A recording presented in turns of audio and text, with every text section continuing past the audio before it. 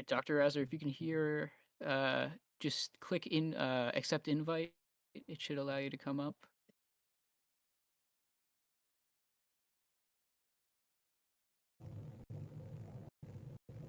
Okay, how's that? Perfect. Yep, you're coming through nice. How are you doing? Good. Yeah, I've never been on this platform before, so this is new to me. Yeah, no worries. Yeah, it's a little confusing. The user interface is kind of not that helpful, but but you got here and it was pretty quick and easy, so that works. Yep. All right, so yeah, actually this server belongs to TJump. I know you guys have spoken in the past, but we just wanted to go over like fallibilism with you, as I had said in the email correspondence. Maybe if you want to give an introduction just to start out.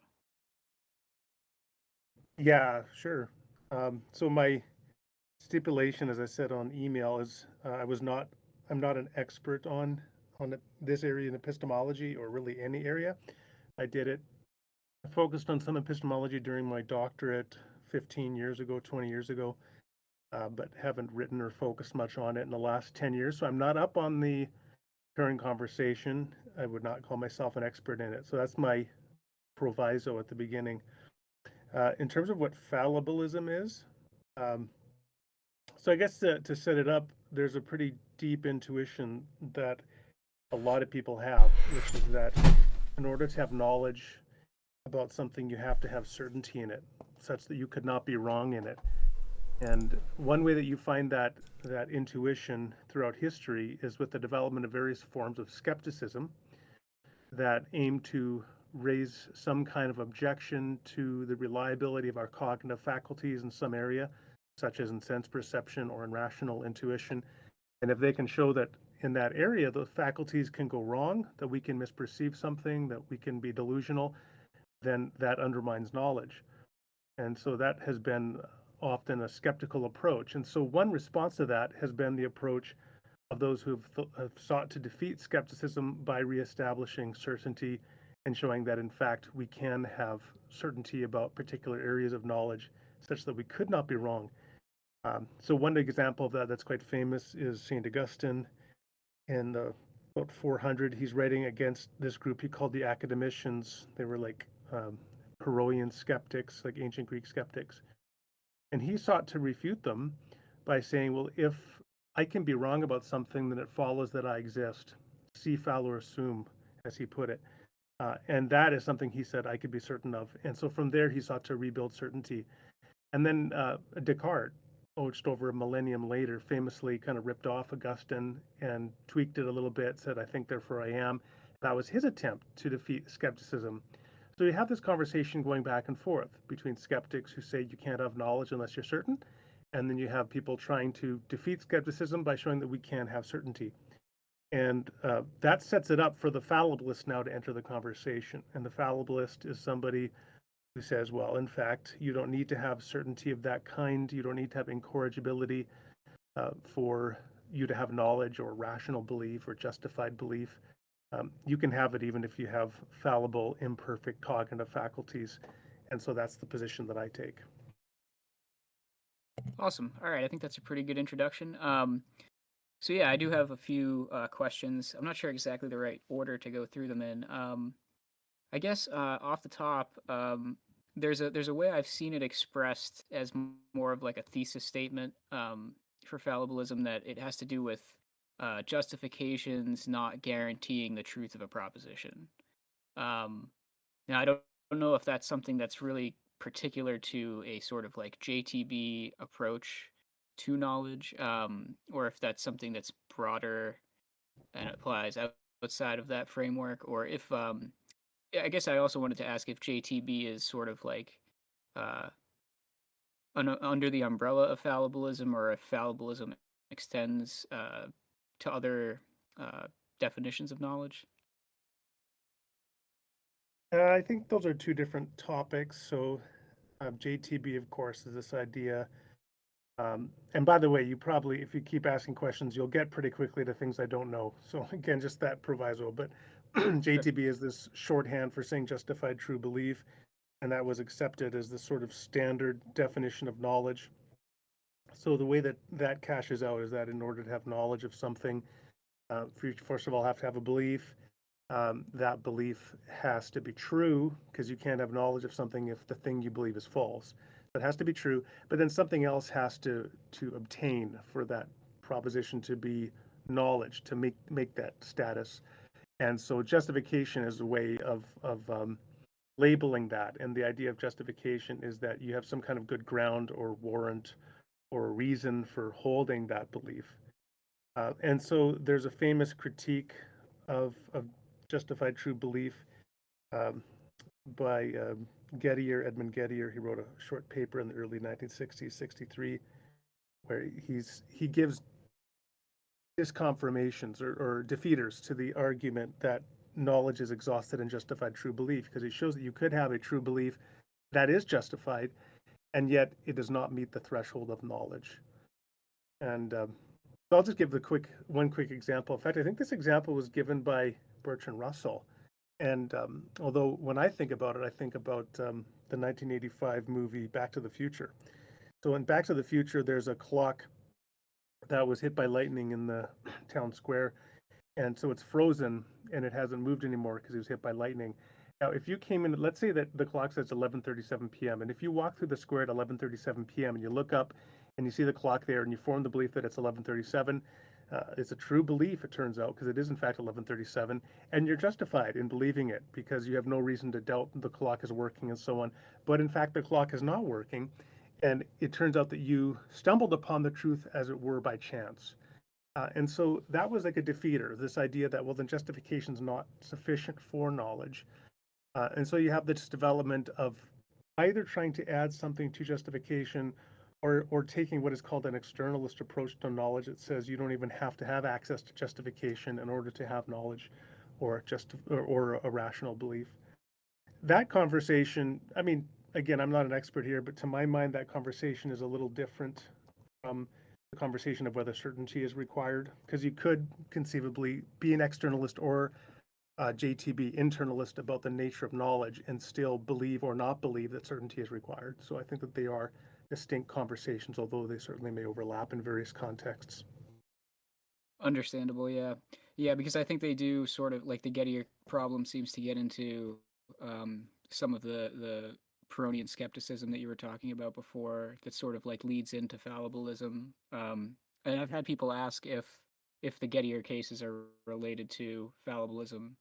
Um, so yeah, I mean, I think you see that more as a problem with the definition of knowledge as maybe there's more to it, or do you think it just falls into needing a different theory of justification at that point? I mean, the way I approach it is by distinction, and now I'm trying to get the gears going again. They're a little rusty. I think it's Roderick Chisholm, a well-known philosopher, who came up with a distinction between Methodism and particularism in epistemology or theory of knowledge. And so the Methodist is an approach that says you begin with a sort of a priori stance where you have some intuitive sense of what knowledge must be and what rationality must be, and you sort of stipulate, then you go out and say, okay, and anything for it to be knowledge or rationality is going to have to meet this standard. And and so then this um, approach of certainty begins by saying certainty is required, and so we're going to run everything through certainty, and if it can't be certain about it, then you can't have knowledge of it. And that's this a priori Methodist approach. And then the particularist is a different approach. The particularist doesn't begin with the sort of theoretical stance of I'm going to begin by saying what knowledge is constituted by. Rather, the particularist says I'm going to begin by looking at how people who seem to be rational to me and to navigate the world well, I'm going to look at how they normally form beliefs about the world and adopt a stance of innocent until proven guilty for the ways that they're forming beliefs. And so you go out and kind of do an empirical study, and what you see is people typically form beliefs through sense perceptual experience or through rational intuition and moral intuition, and then discursive reasoning out from those intuitive starting points, and from proprioception, or the perception of the movement and extension of your body in space, and aesthetic perception and all sorts of other things. And then they say, okay, that's how people usually form beliefs. So I'm going to be assume that those all those ways of forming beliefs are innocent until proven guilty, and that's the way a particularist builds toward knowledge. And it seems to me then that then a movement toward fallibilism is just an extension of the logic of this approach, because you say, hey, you don't have to have certainty generally in life. Like, we just navigate the world all the time, knowing that I drove to my office tonight to do this interview, knowing that my car could break down, that I could get hit by a truck, but I went ahead and did it anyway. It seems like a reasonable stance. And so it just sort of seems like fallibilism now just comes along as one of the other deliverances of this particularist bottom-up approach to knowledge. Interesting. Yeah, I've actually never heard of that before, but that's actually pretty. Do you think that that relates to like sort of coherentism and sort of like this like web of beliefs sort of approach in sort of like the foundations of epistemology at all, or Well, coherentism can mean different things. So you could have coherentist theories of truth, coherentist theories of justification, or rationality. I don't think that coherentist theories of truth work. I I don't know what I am when it comes to truth, but I'm either a correspondence theory or maybe a deflationary theory of truth. I really don't know enough about it to say Mhm. whether the deflationary theory is satisfactory. But it does seem to me that, again, this sort of natural way of this. Let me say one more thing about this particularist approach: is it's really Sure. rooted in Scottish common sense realism and that sort of approach to doing philosophy, which was like Thomas Reid and people like that in the 18th century. And one thing that I found attractive about it is when I started out doing philosophy 25 years ago, 30 years ago, there's always an attraction to the really bold, counterintuitive theses. And some people continue on that all their lives. And so they argue things like, well, people don't exist. What are you talking about? People don't exist. Well, my philosophy tells me that people don't exist. And you get all these sort of very counterintuitive views, or there is no meaning in life, everything is meaningless, and or I'm the only mind that exists, right? All these kinds of very counterintuitive views. And what the common sense approach does is say, well, philosophy is maybe best served by beginning with and trying to vindicate our common sense. Now, common sense, of course, is a contentious term, but I still think that there's some value in the term, even when you recognize the contextualization and socio-historical limitations of it. So that's, I'm kind of rambling at this point, but that's sort of my Oh no, starting that's point totally there. fine. Yeah, yeah, we like rambling, so because that was very interesting as well. And I guess so another question that I had that I guess is sort of related into what we've been talking about is like whether or not um we should just conceive of knowledge as being since fallibilism is sort of saying that it may be false, it may be true, and we don't really have sort of immediate access to that. And we may be calling claims knowledge when they aren't knowledge. That what we ought to focus on really is there reasoning behind the belief, or do you think that um, in the sense of like this common sense approach that like it's sort of just like seemings? Like I've heard people talk about seemings, which doesn't seem to be like it doesn't seem to me that you're reasoning to something more so that it just appears to you that way. I mean, the one thing I would say is we have to be careful about talking in terms of obligations, of rational obligations. Like the person who says, well, you always have to follow out the track of your reasoning in order to be justified by anything, they quickly have taken on a very onerous task, because every moment we're forming an enormous number of beliefs. And if you are obligated to follow through and on the reasoning processes behind each one of those, then we're soon going to just collapse into skepticism, because we can't actually do that. In fact, so when you form a belief like it is sunny today, and you say, okay, I'm going to follow through. Why do I think it's sunny today? Well, you begin to look at the seemings, as you've called them. You're experiencing qualia, or sense perceptual experiences, and so then you kind of reason, well, usually when I experience sense perceptual experiences, then I usually think I have been. So then I probably have here. But then you have to ask additional questions, which is like, well, actually, I'm relying on my memory now. How reliable is my memory about past experience? And how many potential defeaters would there have to be for me to undermine the justification in this current inference based upon past experience. And you just go on, and pretty soon you just have this overwhelming burden of beliefs you have to justify just to get back to, yeah, it's sunny, or I'm feeling the warmth of the sun. And yet there's 1,000 other beliefs you're forming every minute as well. So I think one thing is it's just recognizing the limitations of human beings, um, that we simply can't kind of adopt what philosophers have sometimes called the God's eye point of view and rationally inspect everything apart from our location and the way the world seems to us. So yeah, we just have to begin with an innocent until proven guilty, which I think is the great attraction of externalism, which says that you don't have to justify all of your reasoning processes and be able to articulate them and be self-aware of them in order to know and believe things. Mm. Yeah, I think I agree with that, largely speaking. So like I take it that what you're saying is sort of like this like the Peronian skeptics would have led back to like the Munchausen trilemma, when you're going through these sort of like regresses of justification. But it seems like what you're saying is, well, you really can't even get that far back. You have to go through so many steps of um, the processing of like your qualia, as you put it, which obviously is another contentious term that maybe like, I mean, I understand what you mean by it, so I think we can work with that.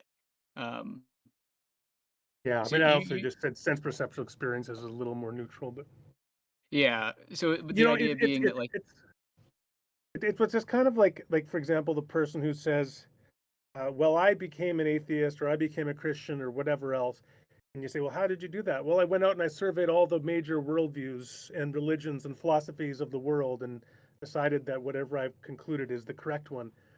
And I'm like thinking each one of those is a lifetime to understand from the inside, as some of the best exponents of that view do. I mean, I myself, like I have a little bit of knowledge of Buddhism, but there are people who have been studying Buddhism for 50 years. It'd be utterly ridiculous for me to think that I'm going to be able to speak authoritatively and for all time on the truth or falsity of Buddhism, because I'm just not in the position of some of those other individuals. So and it just even more so when we're just talking about our knowledge of sense perception or memory or rational intuition or anything else. Or another huge one that I haven't talked about yet is testimony, how we form beliefs based upon the testimony of other people. In fact, back to our earliest formation as infants and small children, we're forming this enormous, including our entire language acquisition through testimony of other people. And so if we want to now go back and question whether any of that was justified, I mean, we're using language to do it. We just can't get outside of that. yeah. No, I think I see what you're saying. I think you run into the stopping points a lot earlier than those skeptical arguments seem to imply, that you could get all the way back to like your grounding beliefs. Because I've tried to think about like, okay, I've sort of played around with like foundationalism. I think that that like makes sense to say that like, all right, there's certain beliefs that I can't justify, um, and I sort of like build the rest of my beliefs on top of those. But it seems like the way you're putting it, it's like it's fuzzy even in between those beliefs and like your higher level beliefs. Like trying to go from your higher level beliefs about like the way the sun comes up every day down to like fundamental axioms of like unjustified knowledge like doesn't, you can never really connect those dots. Yeah, I think for the most part that's true. I mean, you may be able to do so in some very, very limited sense, but it's sort of like, again, studying philosophy or something else is like, if you want to opine on the history of Western philosophy authoritatively and want to claim that you really know everything that the pre-Socratics talked about and how they understood it and so on, straight up to contemporary philosophy, I mean, it's not going to happen. It's just impossible. The most that we could do is perhaps hope to master some small slice of Plato or Bertrand Russell or some other philosopher. And so it's the same thing again when it comes to just reasoning. One other thing in terms of the concern about getting things wrong. I coined this term a while ago, and I don't know, maybe other people have the term as well, but it's doxophobia, which is just the fear of getting things wrong, as I've put it. Because I think that sometimes some of these skepticisms, they're so concerned about getting some belief wrong that it seems to me really constitutes a sort of something like a recognizable phobia or an irrational fear.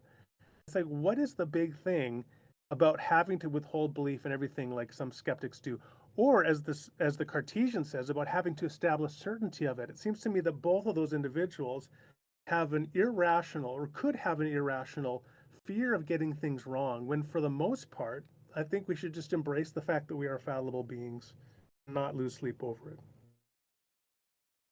Yeah, and I think that it actually, um, outside of a lot of like philosophical conversation, like that actually helps people if they were to accept something like that. That can actually help you have a lot less like anxiety and stress in your life.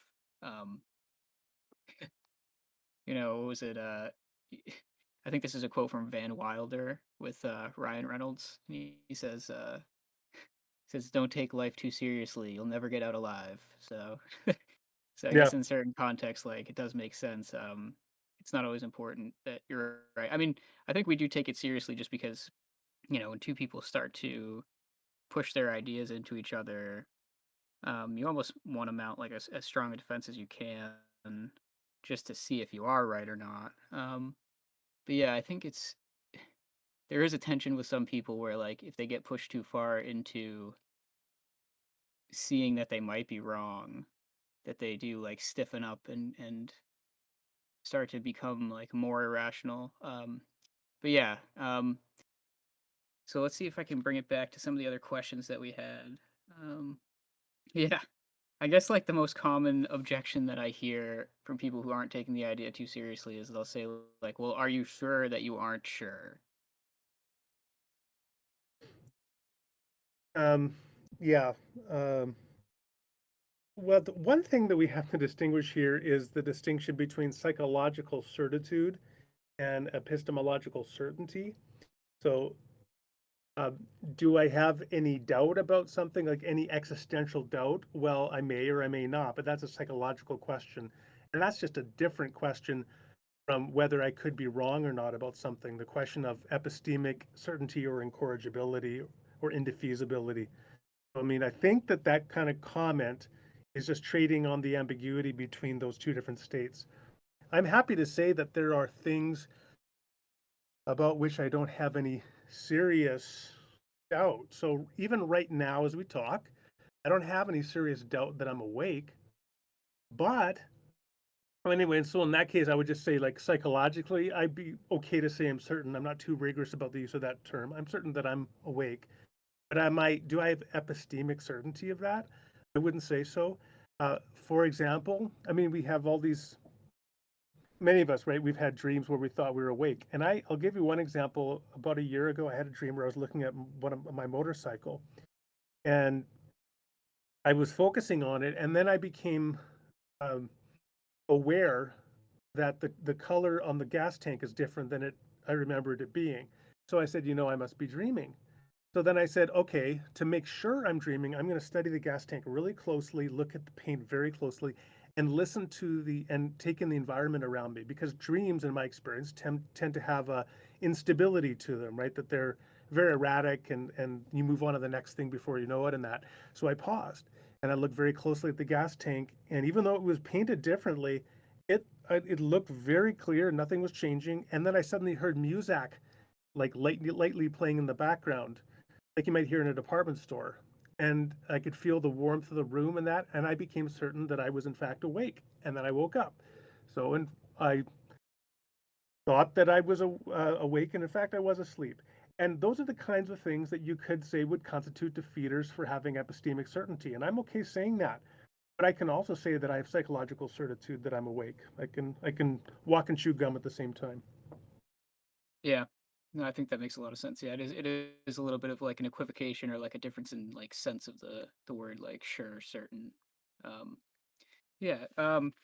So we touched on theories of truth. So I have like a few more things that I kind of wanted to go through, and then maybe we can open it up to some other people's questions if you don't mind, depending Sure. on how much time you have. Yep. Okay. All right. So on theories of truth, I wanted to ask you if you think that theories of truth are like outside of epistemology, because they sort of seem to be one of the components of knowledge. So like to say that like what you know what the theory of truth is, or what the correct theory of truth is, or the true theory of truth, right? Do you think that that sort of lies outside of like inference, like in general, or like should we are we supposed to reason about what truth is, or is that like prior to reasoning? I mean, I tend to think of truth as a metaphysical question rather than an epistemic question. But um, but I'm also happy to say that it's really social convention that sort of draws somewhat of arbitrary lines between fields in philosophy, so that you have all these fields that border one another. I mean, if you want to talk about epistemology, you're also talking about philosophy of language, and yeah, you're also talking about truth from metaphysics, etc. So I think that these areas, they all overlap and abut one another, but I do tend to think of the definition of truth as a metaphysical question rather than an epistemic one. Okay. Let me see. Yeah, I actually had a few questions that were related to the things that you brought up already.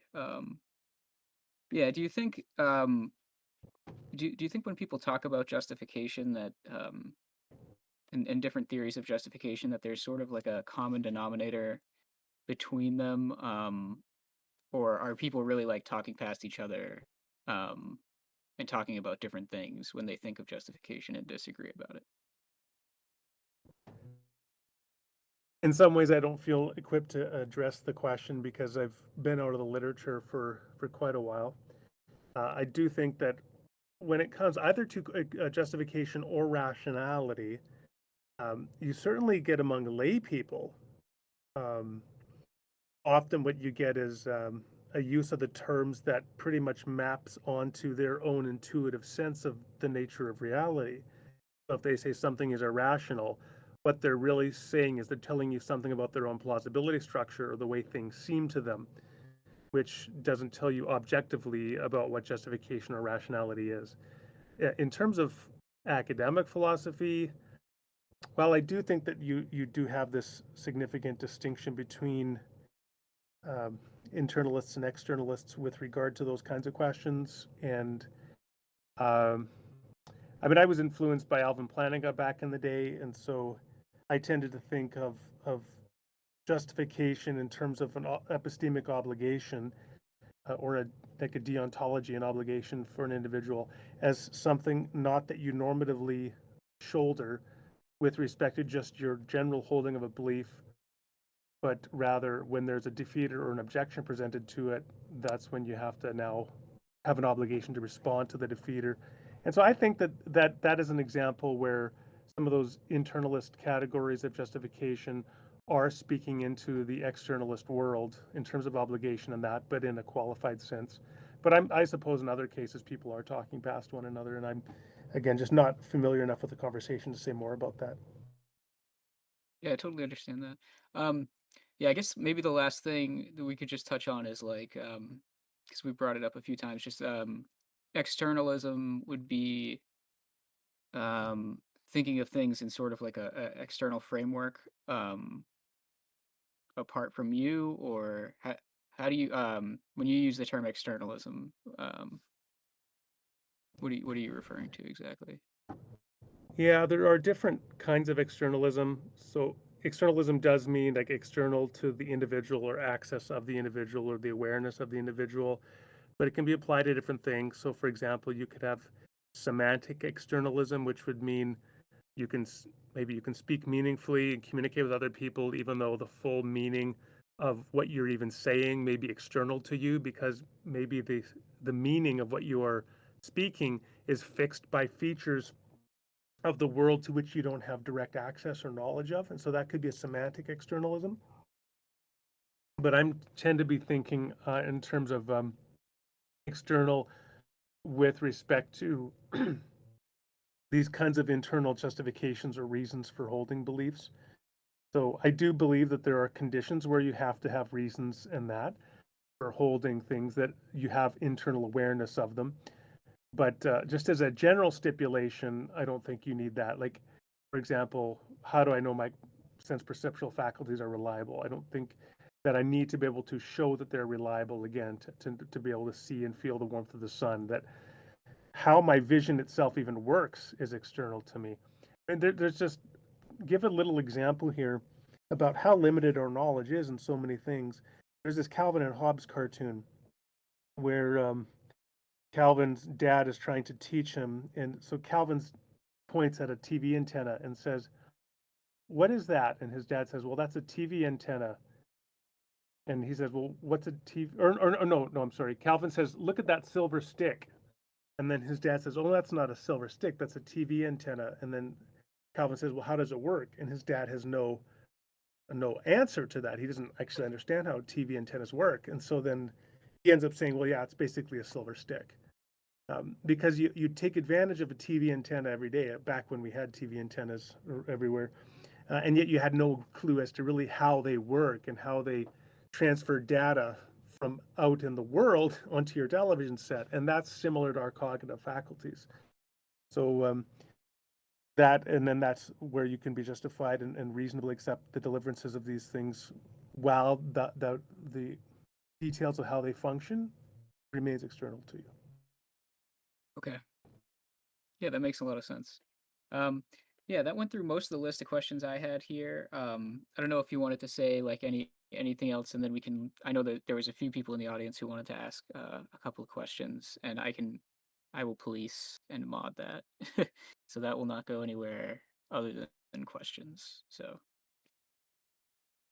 Um, but yeah, I would just say that when it comes to discourse on, for example, social media channels, to come back to something I said earlier, we should all be more careful about declaring other people irrational and making those kind of sweeping stipulative statements about other people and their epistemic positions and convictions, um, until we know a little bit more about them, and try to be charitable, because it doesn't further the conversation when we kind of just drop the irrationality bomb or something, rather than try to understand what it is they actually believe and why they believe it.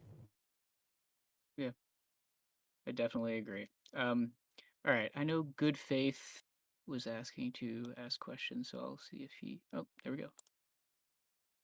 Hello, Dr. Hello. Rauser. Thank you for taking some questions. Sure, my pleasure.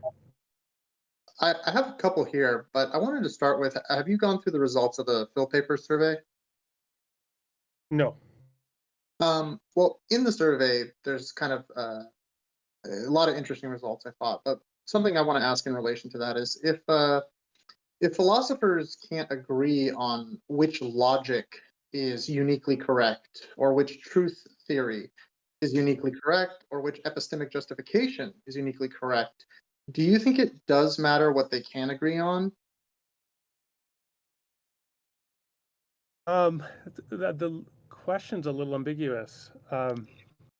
So, I mean, I'm just going to spitball a little bit, and then you can come back and reform the question for me, because I'm a little slow, perhaps. But I think, obviously, insofar as we can achieve agreement on something, then that's an important thing, and we should strive for it. But I also think the very nature of philosophy itself is such that there are perennial disagreements, back to like Plato and Aristotle, right, in 2,400 years ago. And those are just, I think that it's part of the human condition that we can continue to expect to see those disagreements. So the hope that we would ever converge upon, in the way that natural science does, on some sort of unified theory of X, whether it be truth or the nature of knowledge or the nature of language or something else, I think it's just not going to happen. So that we need to instead appreciate the intrinsic value of philosophy on its own terms, which does tend to allow for these kinds of perennial disagreements. Would you agree that understanding what truth is a necessary precondition to making any other statements? No, no, because people who are coherentists or pragmatists or deflationists or correspondence theorists about truth are all debating the nature of truth, even as they disagree as to what truth is. So that's a case where you say actuality entails possibility. So if it actually is happening that they're having a reasoned discussion about the nature of truth and attempting to persuade one another with reasons as to what they think truth is, then it would seem that agreement as to the nature of truth is not required in order to have that conversation. Do you think incorrigibility implies truth? Yeah, I mean, if I can't be wrong about something, then it would seem that it would entail that it is true. But of course, I think most of the things that we could confidently say are incorrigible for us are pretty trivial, such as I seem to be talking to you right now, right? In terms of certainty or incorrigibility, I could say that, but I could be dreaming, so I probably can't say more than that with epistemic certainty. So I think that incorrigibility does bring truth in its train, but you typically don't get much from incorrigibility. And do you think consensus implies truth? It depends on consensus of who. It doesn't entail it, but consensus certainly points to it. More so if you have consensus of relevant experts. So, if you have a consensus on human-induced climate change, then I think that we can have a high degree of confidence in human-induced climate change insofar as we have reason to trust and defer to the expertise of the consensus. Now, the fact that, let's say, a majority of a lay population doesn't accept human-induced climate change is of less interest to me. That if that's a consensus, it may be an uninformed one, and thus that's not of much value. Do you take any stock in the pessimistic meta-induction about consensus over time? I'm not familiar with that. At least it doesn't ring a bell at the moment. Just So, the idea that if you look at the consensus throughout history, it's just forever wrong and forever changing, presumably towards some truer end. But if you wanted to be pessimistic about it, you could kind of say, well, at time t, it's a coin toss whether the experts or consensus of experts are right. yeah, I mean, I would be okay. What I think the thing that we have to kind of ask is, in the time and place that I'm now at, what is the best epistemic position for me to take?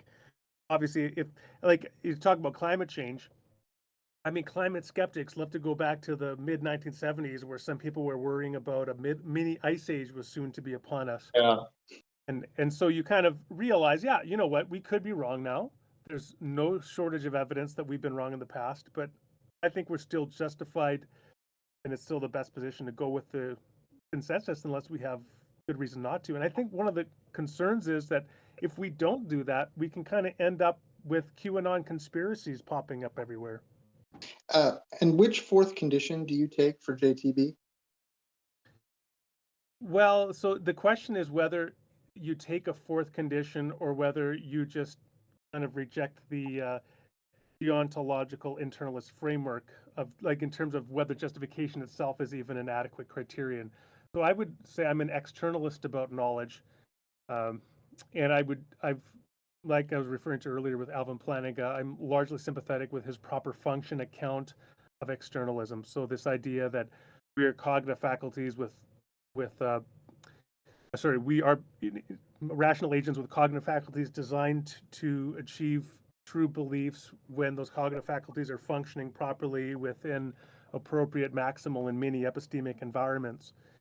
And so whether it's sense perception or rational intuition or anything else, I would think that's the starting point of discourse. And when it comes to the external or the internal rational obligations, for the most part, the things that we talk about with justification, those kick in when it comes to defeaters or objections raised to our beliefs. So you don't think a fourth condition is required on your view? No, I mean, I think of it in terms of, like, I don't require justification to begin with, right, as a normative. So I'm sort of saying it has value, but not as a general stipulation of the definition of knowledge itself. Knowledge is not defined, in my view, in terms of justification. So, Um, I mean, if someone holds to some incorrigibility, some infallibilist kind of conception of truth on one topic, let's say the cogito, right? yeah. Would that both either invalidate their ability to be fallibilists in other domains, or if not that, would it at least demonstrate something about a delineation between perhaps capital T truth and lowercase t truth, if you're willing to claim that something is infallibly true in a specific domain, at least one domain? So one of the things that we can do, of course, this is classical or strong foundationalism, took the view that we could have certainty about some domains, namely sense perception. And so that's where you get into things like building from perceptions or the way things seem to be, and also rational intuitions. And from that, you could maybe build an epistemic structure. And the things that follow after that, including things like testimony and memory, do not have that status of certainty, but you can find it in that foundation. So there, I think, have been people that have taken a view like that. And you could even say that certainty is required in certain areas and not others. It's certainly possible that you could do that. And so to have knowledge in one area is required, certainty is required, but not others.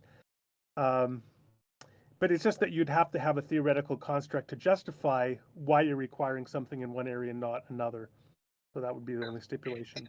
You had mentioned this delineation between uh, certainty as a psychological state and epistemic certainty, and I've always wondered in how exactly this is cashed out, because I agree that certainty is a psychological state. One can be completely certain of something and be wrong, but what exactly is epistemic certainty, and how would it not depend on psychological states? Epistemic certainty would be the objective condition that you could not, in fact, be wrong, that truth is guaranteed. Now, there's an interesting question there as to what is the exact relationship then between psychological certainty and epistemic certainty. It is reasonable to think that in order to have, I'll put it this way, in order to have epistemic certainty, you must have psychological certainty. But you could have psychological certainty and not have epistemic certainty, because you could be wrong about something but yet be certain of it, but you can't be epistemically certain of it. In other words, have attained that kind of knowledge of which you could not be wrong. You could not have that without also, in a sense, being aware of that, having that psychological certainty of it. And I'm just, yeah, I'll leave it at that. Yeah, Does that make and sense? I'm also wondering about threshold problems, both in like all through philosophy. And I don't know how much you know about these, but I'm wondering, like, for instance, in a sense and referent delineation, how off can the sense be and still refer? Yeah, those are philosophy of language questions, or difficult questions like that. I'll tell you one area, and I can't really comment on that. I will say that I'm a Christian theologian, and one of the areas where that's an interesting conversation is between, let's say, Muslims and Christians. Oh Are they yeah, referring to the same entity? Are they referring to the same, like, for example, when Christians who speak Arabic pray to God, they pray to Allah. They use the same word that Muslims do. Are they referring to the same being in light of the different theological constructs they have? And that's a sort of interesting question there. At what point are you no longer referring to God when you refer to this being with this particular understanding? So great questions. I'm not sure how to address them. did you watch the Trent Horn debate with Jay Dyer on this topic about reference to the monotheistic generic God? No, I didn't. How did that You, go? yeah, it was great. You would love it. I'd be very interested. Essentially, the argument centered around it's the whole set. There was some paper from a atheist philosopher in the Scandinavia that made the argument that there is no generic theistic God, and that ultimately it has to be the whole set of that you're referring to. Otherwise, it doesn't refer. But anyway, one of the last questions I had here is. Uh, since you are a Christian philosopher, when you think of the cogito, do you think that knowledge of the cogito, I think it's in somewhere in the third meditation, do you think it requires the knowledge of the non-deceiving God? I think that the Cartesian circle is inescapable in my view. Yeah, so I don't think that that you can get over the problem that the demon could have deceived you about believing that you are a thinking thing. I think it um, Bertrand Russell who said, in fact, the only thing you have certainty of is that there are thoughts. And anyway, some philosophers have argued that Yeah. even the idea of a thinking thing is an inference from there being thoughts to there being a unified substance that is a thinker of those thoughts. So I mean, interesting questions. How far you want to take the skepticism? And what maybe in the last question, I don't know how many more I'm allowed here, but like, what's your opinion on the status of the liar's paradox in 2021? How do you think about that as a Christian? Yeah, I'm one of those areas. That's one of the areas I haven't spent much time on, except I can say that Paul refers to it. He refers to Paul the Apostle refers to the liar's paradox in Titus, in the book of Titus. When he's referring to Cretans, he says one of their own have said that they are liars. And so it's this famous allusion to the liar's paradox within the New Testament. But in terms of how to think about the liar's paradox and is it diatheletism, the idea of could there Right. be two truths and so on, that's just another area that I'm not really equipped to address directly. Yeah, and the last thing I'll say here is just, when I look at the field of epistemology, it strikes me that if people can just come onto the scene and choose a epistemic justification like coherentism or foundationalism, and even choose a truth theory, and then just begin to start making claims, there seems like an epistemic bootstrapping issue here, such that somewhere you have to make this first unjustified step, whether it's dogmatic stopping point with foundationalism, circularity and coherentism or infinitism. And I don't understand how man unaided is supposed to get out of this, these three different horns. Maybe you can comment on that. Thank you so much for answering the question. Sure. I mean, I think that it's a fair question to raise, and I think just the general, it's an example of the general phenomena that if you want to talk about anything, again, if I want to talk about world religions, I'm going to talk about it having been raised with a particular socio-historical background within a religious tradition, having been formed by that tradition, thinking through that tradition, and now coming with my limited perspective to all these other views. And I think that when it comes to academic philosophy, that is just a further example of the intrinsic human limitations that we have, that we can never aspire to that God's eye point of view, the sort of omniscience that can really figure out how everything is and how it works. And so that what we simply do is, to use a coherentist metaphor, our epistemic systems are in a sense like that raft that is out at sea. Neurath's raft, was it? And then he's like constantly trying to fix the raft and expand it and mend it as it's getting holes so that it keeps afloat. But yeah, you just begin with the raft at sea, and then you've got to continue to build it and defend it. There's never a point where you're on land, on terra firma, on the Cartesian certainty in a sense, and the God's eye perspective, and you can kind of survey all the positions and then justify the one that you're going to begin with. Yeah, I liked that line of questioning too, and it made me think at one point. I was picturing the idea of like the web of beliefs, but like instead of a web that's like something you can traverse like in a orderly fashion, it's more like a Gordian knot of beliefs that you can't really unravel back to a source, even if there is a source, perhaps. But yes, Or maybe like Brenda had a tangled bundle of Christmas lights, since I was putting up the lights the other day.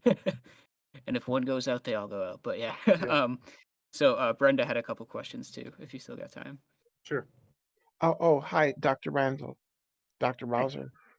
Um, yeah, I have a question about, well, a lot of the people here, at least I think a lot of the people here are just, casual people interested in philosophy. Um, how does one go about studying philosophy? I myself have taken some classes. I'm an older student, so I've taken some classes at the local university and stuff, but sort of as a general question, because I think a lot of people don't have a very it's just wherever their interest takes them. And but how would you like really seriously study philosophy? Yeah, well, thanks for the question. A great question. Of course, one of the things, there's this meme that goes around on the internet of this young woman that goes up to her dad and says, "Guess what, Dad? I decided to study philosophy in university." And then the dad responds, "Oh, that's great because they just opened a new philosophy factory in town, and there'll be a lot of philosophy jobs there." And of course, the point being that there's not a lot of jobs to be found in philosophy. Something like philosophy, you do it for the very name of it, right? The love of wisdom, philosophia, um, because there's not a lot of jobs in it. And so one of the things to keep in mind then is how can you do philosophy in a way that is economically accessible as well? Because yeah, you could do a degree at a well-known university like Notre Dame and spend $100,000. But I would say that there are a lot of, in fact, we are in the golden age in a sense for information accessibility. And one thing that I would suggest in terms of like beyond, there's of course an enormous number of books that are available online, including for free, including Google Scholar, and a lot of great deals on Kindle for books. There's endless lectures available on YouTube and so on. But some of those things, the challenge is to curate, right? You need a curator, someone to guide you through the field. So if you want to go in at a deeper level and take more courses, but maybe without having to pay for them, there are MOOCs. So a MOOC is, I believe the acronym is Massive Open Online Course. So if you search MOOC and philosophy, you'll come up with a range of courses in philosophy that are at leading universities, many of them. And they will register, they'll run like a regular course of like 10 weeks or something, and they might register 20,000 students. And I'm not sure the economics of MOOCs and how they do make money and so on, but you could do that.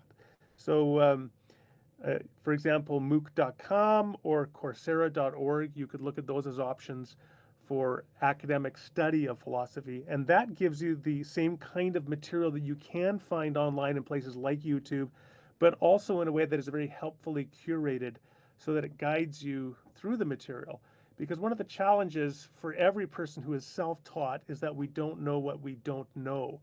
And so if we do teach ourselves, we might end up focusing just on things that were of interest to us and that, but it might end up like the guy who weightlifts and he always works out his biceps, but he never works at anything else. So he's got huge arms and then the rest of him is scrawny. And a curated course gives you a well-rounded intellectual muscle when it comes to philosophy. So I would recommend taking a look at that. Awesome. Yeah, I'm actually going to check that out for sure. Um, I don't know if anybody else had questions in the audience. I think I could probably pull a couple more. If anybody wants to raise their hand if they have questions, feel free. I got about 5 minutes left if it works. Okay. Um, yeah, I think that he seems like he'd be a nice person, but I think he's a little bit of a troll. I can agree to that. Yeah, he probably is. The McFlurry thing was definitely trolling, but was also like kind of funny. So, um, Yeah, I'm here. The thing is that someone like him, again, I'm sure he's a nice guy having sharing a beer with him, but the problem is that a lot of the people that tune into his channel think that people that don't hold views similar to theirs are idiots. And so when you do the kinds of things that tend to be like trolling, what you do is really reinforce their self-satisfaction that other people are idiots. And I don't think that that furthers discourse. And again, I think in our highly oppositional social media context today, we need to try to build bridges with people of differing views as much as possible and to get over this person's really irrational and they're suppressing something and they're stupid and kind of get to more charitable and rigorous discourse. So that would be my view. yeah, yeah, I 100% agree. And I respect you quite a bit. I think a lot of the stuff you've said tonight I've really agreed with, and it's been really informative to me. And I appreciate you taking the time to come on here. I know this is your first time on Discord, so joined a new app and everything just to come on here, and I really appreciate it. And we'd love to have you back at some point. If you'd ever be interested.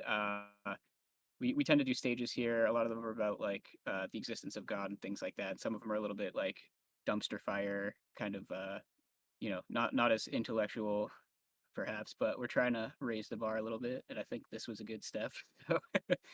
Yeah, well, it's a lot of fun. Thanks for having me. I appreciate it. Thank you, Dr. Rauser. You bet. Okay. Take care. See you guys. Take it easy. All right, so we can do an after show. I wanted to get like a recording there, so I'll change this to after show.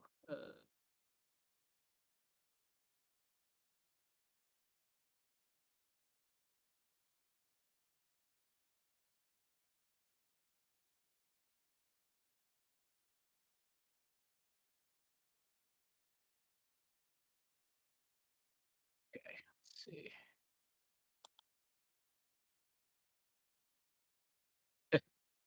Yeah, yeah. I hope that went well. Yeah, I was trying to keep it on like a more serious level. And then I got Graham Oppie coming up too. So that's more going to be an AMA. This one was going to be more of like a discussion on a topic. Um, but let's see. Let's scroll up to this events list. Discord is not working. It's like December. There we go. December 6th, Monday. So it's a couple weeks from now, 2 weeks from today. 7 p.m. EST. So it's like 6 Central or something like that.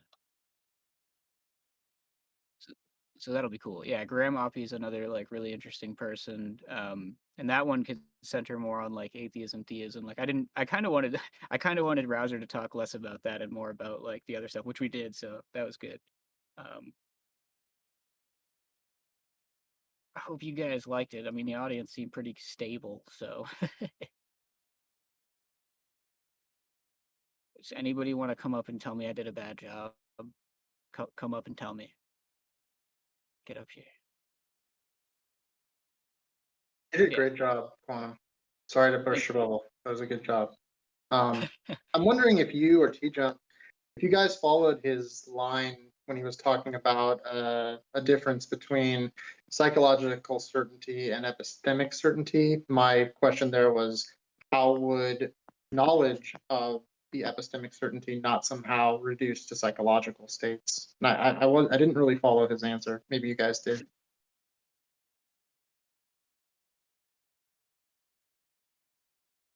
Yeah.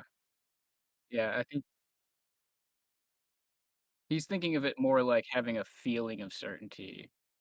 Um, would be like the idea I would think. Like it's Well, not even like however you cash out psychological certainty, I'm just asking how you would explicate the difference between psychological certainty and epistemic certainty, and how it wouldn't somehow depend on a psychological state or well, it's psychological like certainty. you can feel.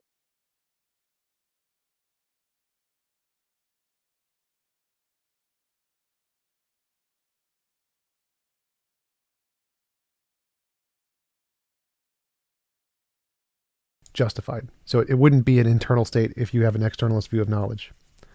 But something I don't understand about externalism is it all reduces back to your mind. Like it's all coming from your mind. Well, it's like saying if I believe the sky is blue, if the sky is blue, then the fact the sky is blue is independent of my mind. My belief the sky is blue is in my mind, but the knowledge Well, is conditional on its correspondence to like the fact of the matter independent. So the external part of the knowledge is since he's an externalist, the fact of the matter of whether or not it's knowledge is external, not internal. So it's not a psychological thing. Right, like but how? I mean, this gets into like Kantian and Berkeley type questions about idealism. well, what he's saying is like you can feel completely certain and you can think you're certain, right, about something, but he's saying like it is the case that you still could be wrong. Like so that's where he's coming from when he says it's external to you. He's I saying mean, like I completely agree with that, and that's why I'm trying to figure out how the heck epistemic certainty could somehow be divorced from that, he's saying like epistemic certainty is it being the case that you could not be wrong. Like, and we would know that not through our minds. well, that's a different question, right? That's a different question. How you would know that you had epistemic certainty. He's going to say that like he's a fallibilist, so he's saying that that doesn't make sense. But Well, no. So externalism is the position that someone can't have access to one of the knowledge basis principle thingies. So it's there, but your psychological thing can't access it. So there's an external feature of knowledge which is there, and it determines whether or not it's knowledge independent of your psychology. So your psychological beliefs are there, and if they also meet this external criterion, which you don't have access to, you have knowledge regardless of your psychological state. Your psychological state doesn't matter at this point. just whether or Well, not let's it just matches that. whisper, right? It could be the case, let's just say hypothetically, it could be the case that nature like made you and your mind and body in such a way that you could never be wrong about anything, right? He's saying like that is clearly not the case, right? So you have to take that into account. Like he's saying like you can't have that sort of epistemic certainty, but like if you could, it would be like that. It would be like the state of affairs has made it such that you couldn't be wrong about things or a thing or everything. It sounds like a big conditional to me. It almost sounds like when Plantinga says something like, well, if it is the case that God is real, then it's properly basic to believe in God. Well, yeah, that's he mentioned he was influenced by Alvin Plantinga, and he is accepting that there are properly basic beliefs, I think, in some cases. So he definitely accepts that kind of epistemology. That is an externalist epistemology. Yeah, I mean, I think he's pretty based personally for a theist. So, I mean, I like a lot of the stuff he was saying, like about pragmatism and such. Yeah, I just, externalism doesn't have anything to do with like the mind-body dualism or internal or externalism. It's just saying that the justification can be justified not by internal psychological states, justified by some external thing. I get that. I just think that these questions, if you were to go deep on them, would still somehow need to at least go by the question of idealism and how we get to the external world from an internal state.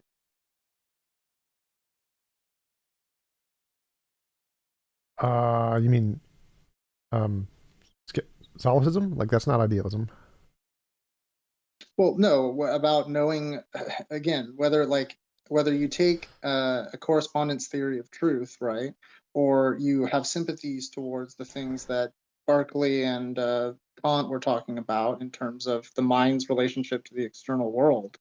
To then speak about externalist justification, right, would already presuppose that you've dealt with those arguments. Well, no. So because the default position is we don't know, and then if you the positions for the idealist position would require its own justification. So simply the externalist justification of knowledge doesn't presuppose materialism or idealism. It's irrelevant. It doesn't. Neither one to matter to Yeah, the he to the also said conversation. like on like the internalist questions, he said that he was like sympathetic to like sort of like a naive realist position anyway. So that's Yeah, I guess if you take the naive realist position, then you could do that. but like especially couching it in the idea that like you could be wrong because um typically like that's going to be the problem with like naive realism is you're going to say things like, well, it looks like there's an oasis, uh but it's really a mirage, right? um Well, what do you think about like the contextualist answer here, where the contextualist wants to say S knows P at C1 and S does not know P at C2, right? Do you think that at C2, when the context is different and the contextualist wants to say, okay, well, I guess I don't know P in this context. Do you think it was wrong for the contextualist to say they knew P at C1?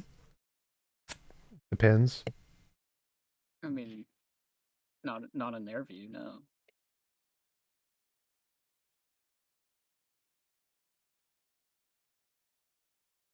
Like you can think you know something and then be wrong about it, and then say, "Oh, I didn't know it, but I thought I knew it." But you would say that you can't be wrong about the cogito, right, Tom? Yep. Yeah. Like someone can't say, "Oh, I was wrong about knowing I was existing at time." They that would be like a silly statement to say. So that one they wouldn't be wrong about that one. There's no point when they'd be like, "Oh, I was wrong at that time that I thought I existed." So you think your truth about the cogito is not a fallibilist conception of truth? No, it's infallibilist. That's the whole point. It's one of the things that is infallible.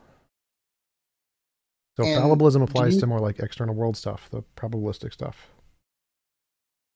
well, I guess I would pose the question to you that I posed to him, which is, do you think that because you're a fallibilist about most things, but not about the cogito, right? Yeah. Yep. Do you think that says something deep about the nature of truth? No. Do you think it at least admits of two different categories, like a capital T truth and a lowercase t truth? No, it says something about knowledge, not truth. Truth is the same in all of them. It's the justification part that it says something about. But truth is a subset of knowledge. It's the T. Truth is a subset of knowledge. The JTB, Well, it's one justified of the true belief. So Yeah, it's like truth is part. independent of knowledge entirely. Like things are true regardless of whether or not you know them. So the part about if the fact that I can be infallibly know something like I exist, but not infallibly know something like the world is round or something, doesn't say anything about the truth. The truth is the same in both of those statements. The difference is the justification. The justification is different, which is what makes it fallibilist versus infallibilist. The truth is the same. There's no difference in truth there. But there's all these competing theories of truth. So to say that, because to some people, truth, is like some people are nihilists about truth, right? So I'm just trying to understand. Well, I'm trying to understand how exactly you say it's just the same in all senses. Like, do you just mean it's the same in a particular sense? in reference to reality, they both exist in the same way. Whatever way that is.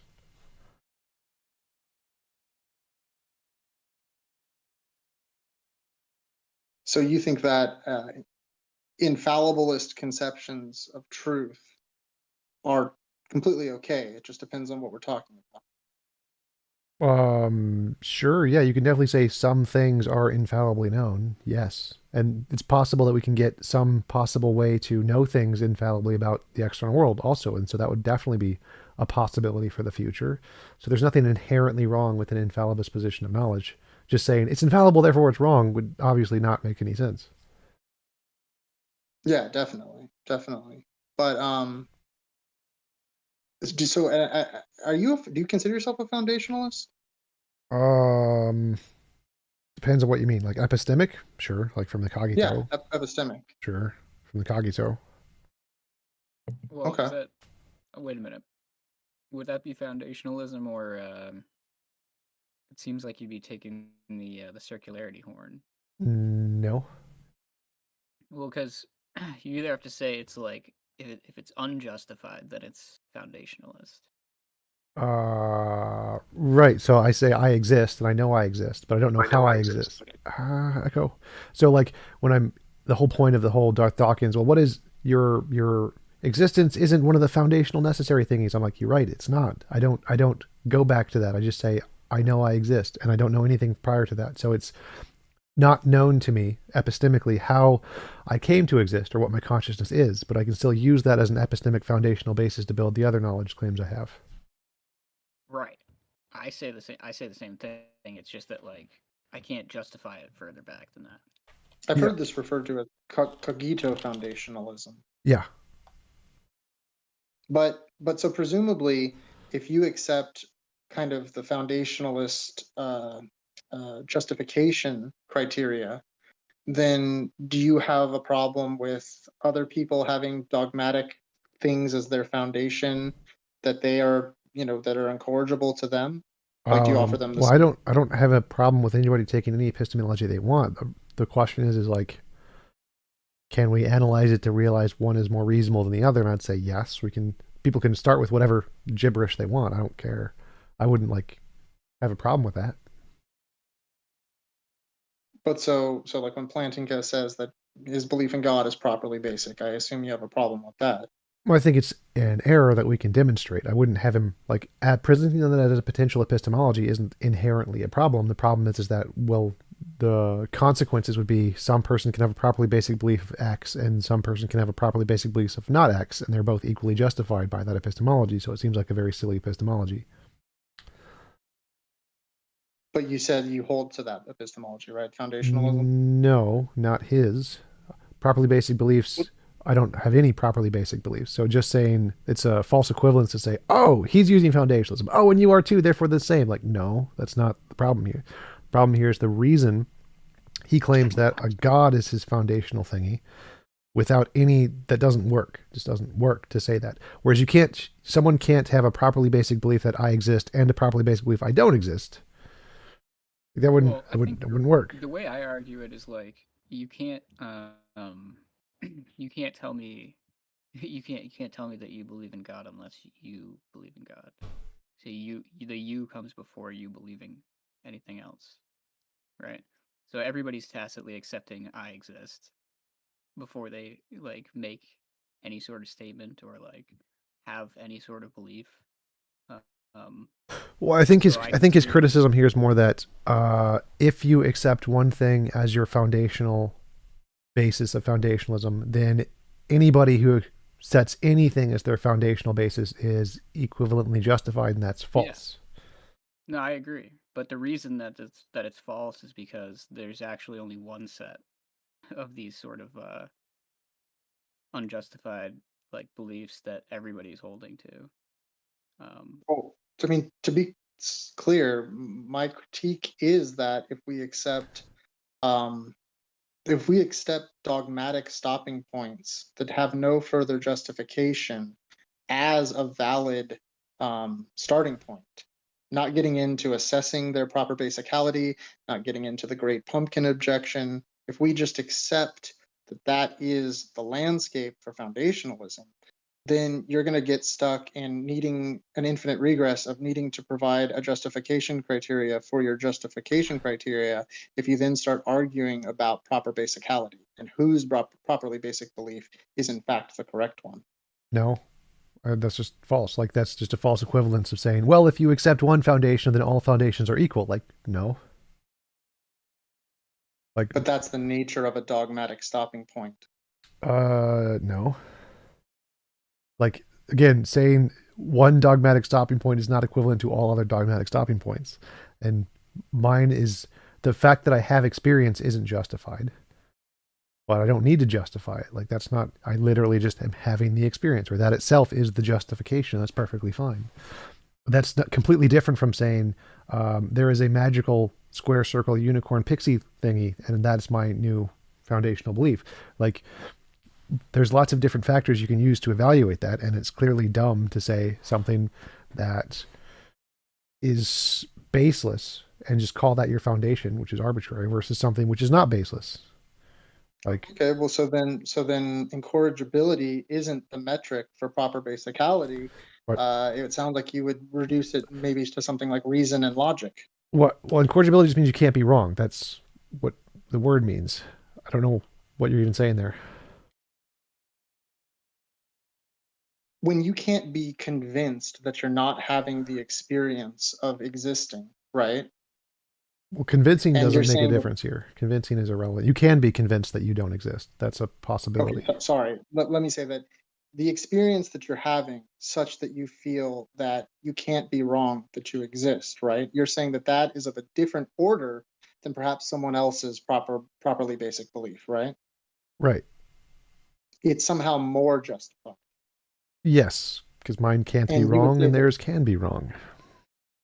right, and you would say that really it's about rationally assessing via logic what would be the best candidate for a properly basic belief. No, I'd say it's a description of something that you are literally doing right now. So like my experience, it's not the rationality part is irrelevant. It's like I am simply describing a thing I am literally doing right now. But you talked about being demonstrable, right? Demonstrable? About No, I like didn't. you said that the experience you're having, like it's demonstrable that you're having this experience. I don't know what that means. Like I'm having it, and that demonstrates it. But for instance, you couldn't demonstrate to me that you're not a pea zombie, right? Sure, but what does that have to do with the conversation? Like I only need to do it to myself. Like if I have an experience, that's sufficient. What you know doesn't matter. So the criteria for proper basicality is Well, one's no, own knowledge. there's no proper basicality. There's no properly basic beliefs in my system at all. Oh, so Um, then you're not a foundationalist. I'm sorry. I thought you no, thought you were a you can be a foundationalist. foundationalist without properly basic beliefs. Like that doesn't follow. You don't need proper basicality. There's lots of foundationalists that don't have proper basicality at all. Basic beliefs are something that like Plantinga came up with, not foundationalists. Foundationalism existed way before Plantinga did. Well, I get that he is just a modern foundationalist, but he created it's my properly. He created understanding. the concept of properly basic is something he made up. You do not need that in foundationalism. It is not a subset of foundationalism, or it's not foundationalism is not a subset of properly basic. Properly basic is a subset of foundationalism. You don't need that to be a foundationalist. Nowhere does it say that anywhere in foundationalism. But you would agree that having a belief that requires no further justification is part of foundationalism. Sure, in that sense, which is just And how do we differentiate between competing ideas for what qualifies for that? direct experience. Like I'm directly experiencing it. I'm just describing the thing I'm directly experiencing. So I And if can't be someone has wrong. You can be wrong. That's a good way to describe that. This is not hard. Like this is just a way pointless semantic debate here. It's an obvious difference here between Invisible Sky Daddy and I exist. Like trying to actually articulate a formal description between the two is just kind of a waste of time. Like I don't need to. It's obvious. Like if you can't see it, it's just. I know you're very convinced of your position, but Well, I think so that anyone I'm who's not trying to- convinced is a dumbass. That would be the position. So I don't need to explain it in any formal detail. If you need that, you're just stupid. So any rational mind can understand the difference between I exist and Invisible Sky Daddy exists.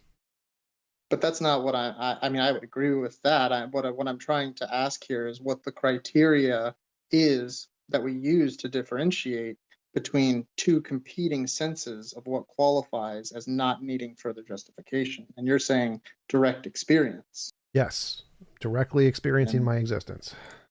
and if someone has a direct experience of God, you have a problem with that. Yes, because their direct experience could be wrong. Can you have the experience of God and it be false? Yes. Can you have the experience of yourself and it be false? No. Wait, here's a better question. Can you have the experience of God, but like you don't exist? Better question. Same question, just different word. It's a good one. Yeah. I like it. No. I'm showing him that you're this one axiom is like logically prior to the other. Like you have to exist before you can do any of this other stuff at all. So well, that's why like, I brought up. That's why I brought up Descartes' third meditation. There's some discussion about knowing the non-deceiving God, right? Like once you know you exist, then there's discussion about kind of the evil God question. Like, could you be being deceived about the nature of your existence, or what exactly follows? That isn't the point. Like the point is that if you're talking about like what makes one foundational belief better than another, is that like there's a certain set of them that are actually like epistemically necessary that can't be avoided. So my foundationalist entailment is a part of all other foundational entailment. So if you believe God exists as your foundation, you also necessarily believe you exist to have the experience that God exists, whereas mine doesn't. So mine would be simpler in that case. There's less parts to it. Yeah. Dr. Rauser brought up Bertrand Russell's critiques of what exactly can be inferred from thoughts happening. I know that you've he agrees with me on that one. So we've talked about this. So the fact that I exist doesn't mean I'm made of material or I'm made of a soul or I'm made of dualism. You can't say the ontology of the I, but it's still you. You can just say I'm whatever that is. That's what I am. And you could just be thoughts in some metaphysical way that you don't understand. Yeah. Yeah, why not? Therefore, the external world could just be an illusion. Yeah, that part isn't a part of the cogito. The cogito, the external world isn't a part of the cogito. The cogito is just the thoughts. The external world is actually like another axiom that you kind of have to take, in my view, because I don't. It's another thing that's epistemically necessary in the sense that like you're not actually learning about anything if everything is just your own mind. And I don't think that's true. Like you can still have a mind and have a subset of your mind which is built around illusory world. You'd still be learning about the subset of your mind. It would just be like a little part. It would just be like a little set, like a partition in your mind that's like expanding around. Like it's like, you know what I mean? Like it would just be like. Yeah, but what would be the problem with that? I mean, it's not that it's a problem in that it's like impossible ontologically. It's just that it's there wouldn't actually be knowledge there. So Why not? it's the same reason why like um there's no like inferences like it's the same reason why there's like problems for like an omniscient like mind basically, or like a mind that knows all the things that there are like issues with that. Well, the omniscient mind paradox, Wittgenstein's paradox of omniscience, says there's no way for a mind to know all facts and to know it knows all facts, because it leads to like the Russell's paradox, kind of a set theory paradoxes. But that wouldn't be a problem for this example, because this example is saying, I know that that part of my brain is operating in this way. There wouldn't be a contradiction there. That could still be knowledge. Well, the idea is that like so it's if you have an epistemology or not, right? So it's like does an omniscient being have epistemology?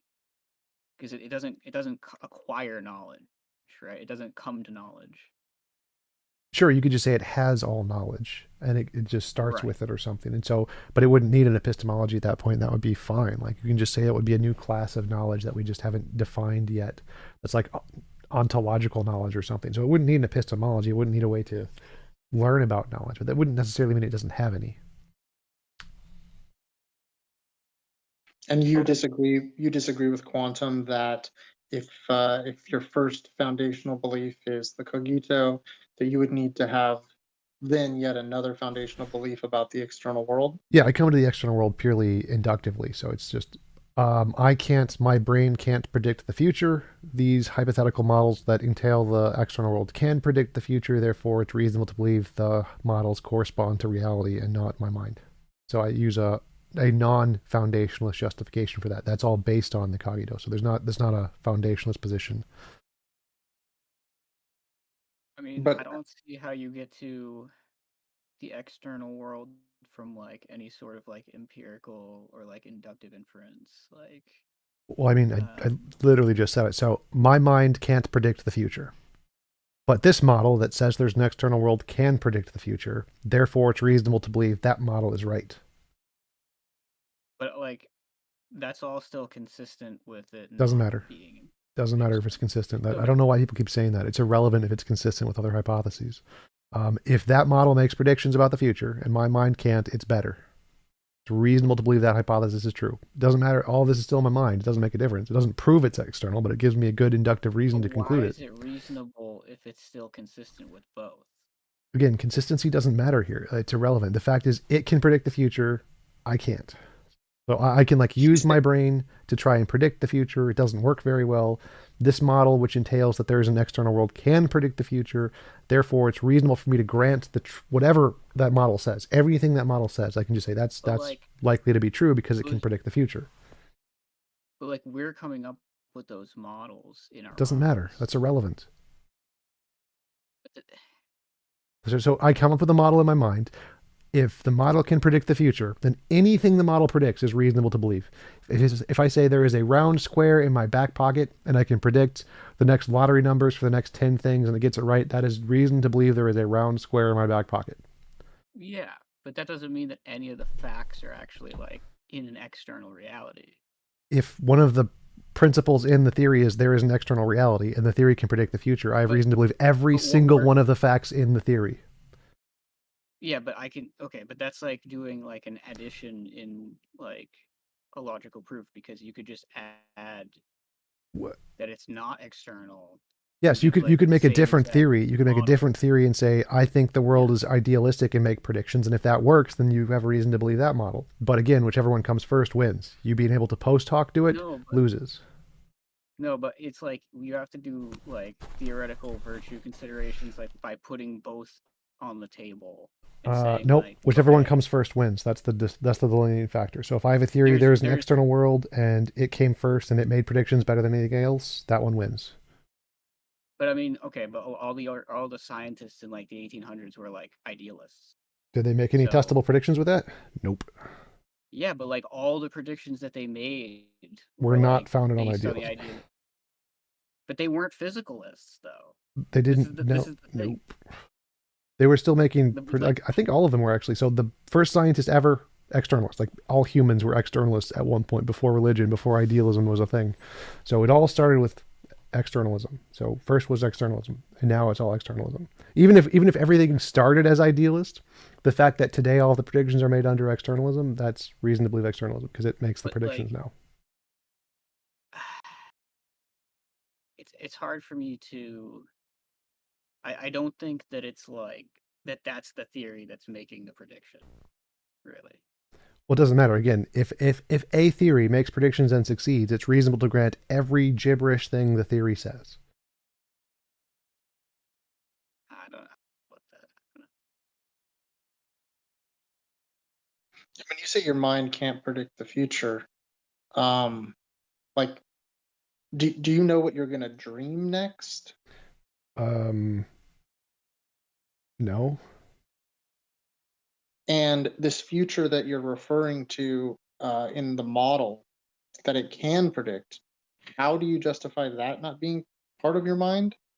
It doesn't matter again. So anything in the hypothesis, if it works, is reasonable to believe. So if I say in the hypothesis there is an external world, if there's an external world, here's what I expect to see, and you see it, it's reasonable to believe everything in the model, including there's an external world. Yeah, but it has to actually follow from it being Nope. external, though. Nope. It No, it doesn't. doesn't. No, it doesn't. But it That's does, 'cause no, otherwise no, it it's just doesn't. an extraneous, like, It's perfectly it fine. wouldn't be. Perfectly fine. So if you can No. say there's a round square, there is a round square in my pocket. If there's a round square in my pocket, here are the next lotto numbers.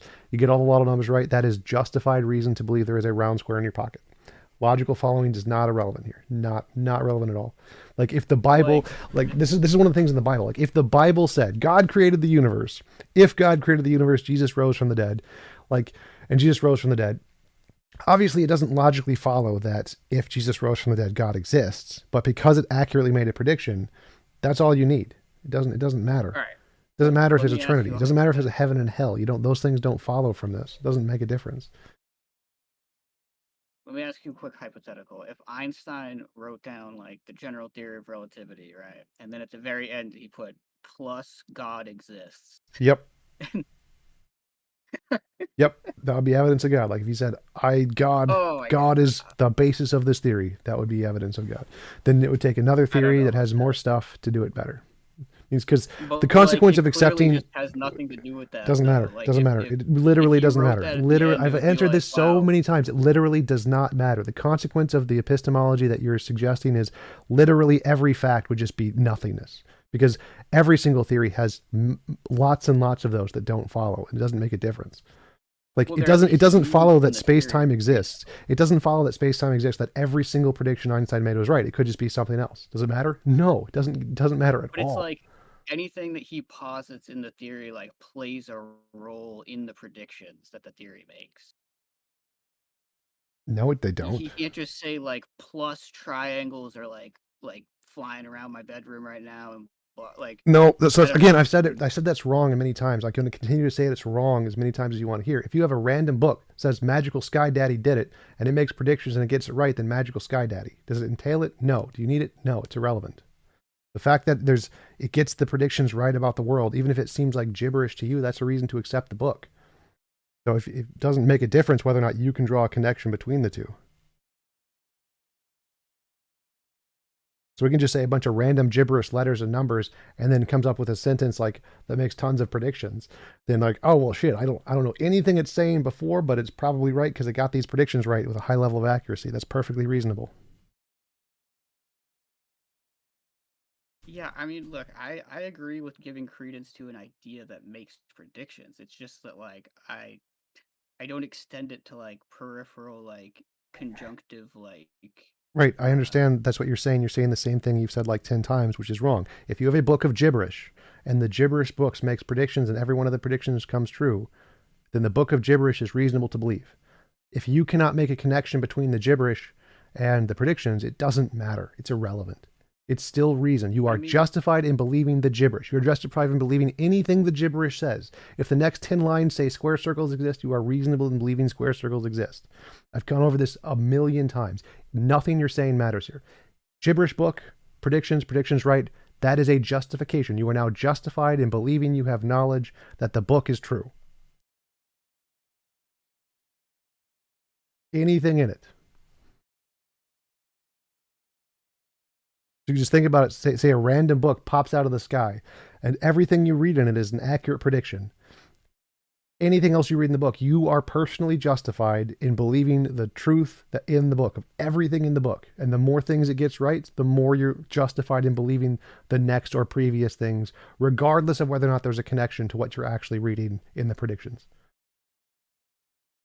Like it makes a prediction about lottery numbers. It gets 30 lottery numbers correct. And then it makes a prediction about when it's going to rain or something. You are justified in believing it's going to rain, even though there's no connection between the lottery numbers and the rain. Like, right? Does that make sense? Like, you can make Like, predictions about the lottery numbers, and if you get those right, you are also, by extension, justified in believing things that are completely separate from the lottery numbers. I don't think that that's like how I would accept like a theory. I don't think that's how what? it's done in science. Well, it is actually, but so if you had a book that No, accurately but they predicted the don't just add in, wait, I don't. You're just not understanding the crop. So if you had a book that gave you predictions of every lottery number, got every single one of them right 10 times in a row, would you trust the book when it said it's going to rain on this date? Would you say that's probably correct, or would you say I don't really know? I don't know. It's hard to say. I mean, Most rational people are like, yeah, I'm going to so- trust the book. The book was right on everything else. I'm probably going to go with the book because the book was really, really good on this stuff that's really, really hard.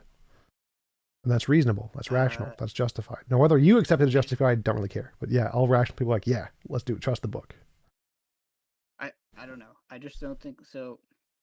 Like 2 points, I'll say. Like I don't think that like scientific papers generally invoke like materialism is true or like something like that at the outset of a paper. That might be something the people who write it believe, right? But like, Doesn't matter. There's that. Well, the point is that like for somebody who's like an idealist, like which is not me, but like somebody who is like they don't necessarily have to like they don't have to disagree with anything in like a science paper. Never said Like, they did. It's also irrelevant. So it's like to say that it like is proving like And their again, never position said it was wrong. proving. This is a justification thing. Like you just Or not that it even, nothing like, you see. This weighs is why against their it's so hard to position. talk to you because you're just not addressing any of the actual points being said. Like are you justified in believing everything a book says if it gets consistent testable predictions? Does not make any difference if it's relevant. Yes, the answer is yes. Yes, you are. Like, do you disagree with that statement? Do you think a book that makes 1,000 testable predictions that are all right, are you justified in believing everything else in the book? I guess. That's all you need. That's it.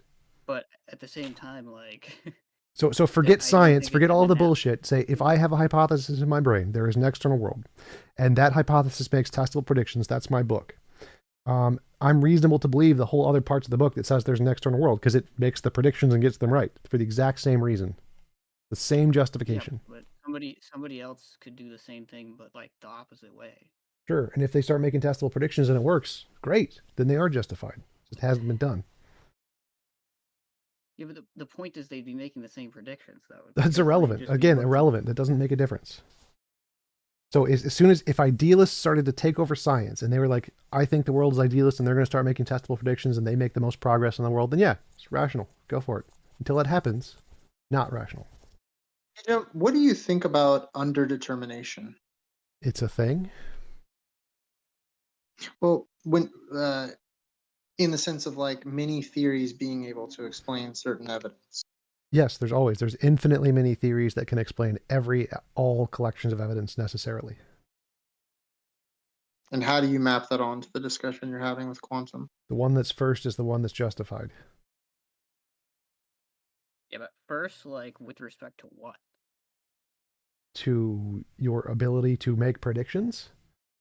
No, but like, are you talking about like the first one you've seen, the first one that's ever existed in like the world? Well, it's the first one that's making modern testable predictions. So like if you have a new prediction, this hypothesis makes this prediction, it's like, yeah, right, that works. That's it. So it's like if one made predictions 1,000 years ago and there's another one that made a new prediction that the other one didn't, then the old one gets replaced. with the new one. So the one that's making the newest predictions first currently. But you would agree that someone could have novel testable predictions and their underlying theory about the law could be incorrect, Sure, right? like Newtonian physics, but it's fine. It was still justified to believe Newtonian physics because it got the predictions right. Right. I think that obviously is a second order question, but Well, what that was the again? exact example of what you asked. Like, could you have a epistemology that has a basis in physics that's wrong? Yes. That gets right predictions? Yes. Oh, I was sorry. I was just delineating between whether or not it's reasonable to believe X at time t based on some amount of novel testable predictions, Yes. and then whether or not the underlying theory itself could still be incorrect despite the novel testable predictions. Those are kind of two Yes, different things. like Yeah. Newtonian mechanics. That's literally the example I gave. It made lots of novel predictions. They were all right, and it was underlying theory was wrong. Is it just Yeah, and skepticism or pragmatic belief? Pragmatic epistemology, sure. Yeah. Like you use it so it gets results. Yes, like novel predictions. Yes. Yeah. Oh, I had a question. This is separate from your topic. Um, Go for it. you made a comment about psychology, and I made a comment about psychology. Psychology is stupid. Yeah, psychology is stupid. Do you really believe that? Yes. Why? Because it's so bad at everything. Uh, Most of I love psychology, TJump now. most of psychology is like the DSM-5 is all kind of just guesswork and garbage. Most of it's wrong. Most of Oh it's yeah, made up. yeah. Most of the work in psychology has nothing to do with actually helping people. It's mostly about changing their psychology. Like we want to change the way you think to change the way you act so that you fix yourself and do absolutely nothing to help you in life. Psychology is garbage and You mean spends like you a lot of money doing it. medicine, Amen. medicinal psychology, or just psychology in general? Because I was gonna say the Well, I mean, study of behavior is kind of like we use that in everything, so it's kind of interesting. well, like so that's those soft sciences are where the reproducibility problem is most virulent. So even in academic psychology, it's still pretty garbage, but it's most garbage when it's applied to people as like treating them is where it's most garbage. Like Yeah, Freud, you know, Freud. like when you think of Freud, you think he's garbage. His method of curing people was garbage, and today is not much better. It's the Freud of today. They're still garbage. Right. But it's kind of one of those what is it, the work in progress thing. You have to have it in some regard, Sure. or else you just chaos. And then it's terrible.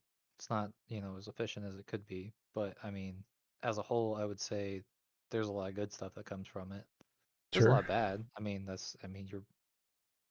You're basically what's the uh problem with all things is that you just don't have enough manpower, funding, whatever, understanding. Well, that's You know. that's the part why it's garbage, is because it does have enough funding. Oh, I worked in the field. I wholly disagree. Well, so most people's problems are very, very easy to fix. Like, many people are starving to death. So what do? Give them food. Do we have enough money to give food vouchers to people? Could doctors like write prescriptions for food? Like, Oh, yeah, they You're could. talking about general problems. I was talking about psych problems. Well, But yeah, yeah, most of the psych problems are caused by general problems. So if you yeah, fix their life general problems, which are problems. usually pretty easy, more or less, yeah, you could do it. So like housing problems, most people are major depressed and homeless and have psychological issues because they don't have housing. That really screws up your brain. So how do you fix them? Make cheap housing. Stop putting like legal limitations on where you can build housing. And Aren't there plenty of depressed rich people? yeah, Oh but yeah, that there's all sorts of things. they're fine. They don't really count. Who cares? And most of They them, have most an of that can be. incorrigible belief that they're They're depressed. depressed for other reasons, obviously. I mean, this gets into like the value of mental health and like the effective value and stuff. But no, I was just interested because I was like, well, we use psychology for pretty much everything, like marketing, economics, all this stuff. Ah, yes, there's Um, another good reason. So psychology is used more to manipulate people into spending money than to help them. Another reason psychology is garbage. Well, I mean, if you're looking at it from a moral perspective, like it manipulates people, yeah, I guess. But it's also like, what do people want? How do you meet that need, kind of thing. It's not like forcing people to buy stuff. I mean, you could use it that way too, but I mean, you that's also literally what want to advertising is. buy. Advertising is literally using people's brain to manipulate them into buying stuff. Well, yeah, but you also want to find the product, so you have to like have the product that they want. I mean, you can Well, manipulate them none of all that's you want. psychology. That's all engineering. So you have a product you think is cool. You build the product, and they're like, all right, time to do some advertising. Let's go do some psychology. Psychology has nothing to do with building the product. It, how do I put this? It's finding the product that people would want. That doesn't happen. So most people build products by doing research and development. They don't do psychology. They do research and development. They build stuff. And they're like, here's the thing I'm missing that I need. And it would be cool if somebody built it. Nobody built it. I'm going to build it and sell it. So there's not like the point of focus groups isn't to be like, oh, well, they really like, let's just find out anything they could possibly like. It's more like they've already built a bunch of stuff and they're trying it to try and see what fits. Right. It's not like they just do focus groups. What should we build, focus group? Just give me an idea of anything. Like, no. It's not like psychology is not really a big factor in that. So the end method is just that it's bad because it's efficient, but it's not efficient enough. Well, no, it's bad Something because like- it's used to manipulate people primarily, and it's used to help people very minimally, and it's very bad at helping people and very good at manipulating people. So it's like, why are guns bad? Because they kill very easily and they don't help very easily. So I take it you're not a fan of Sam Harris then? Well, I'm definitely a fan of Sam Harris. Why would that matter? Well, because he's all about psychology. So? Well, okay, do you understand what he says about psychology? Yes. I mean, I don't agree with him. Being a fan doesn't mean you have to agree with him. Oh, okay. I'm not saying like, I mean, a fan of his work, obviously. I'm not saying like a fan of Sam Harris. Like, he's a pretty good guy. I'm just, Yeah, I mean, like, I'm a fan of some of his ideas, especially his arguments on free will, but I don't, like, the fact that you can be a fan of somebody doesn't mean you have to agree with them on everything. So, would Like, you say it's a Quantum, bad do you agree with idea? me on everything?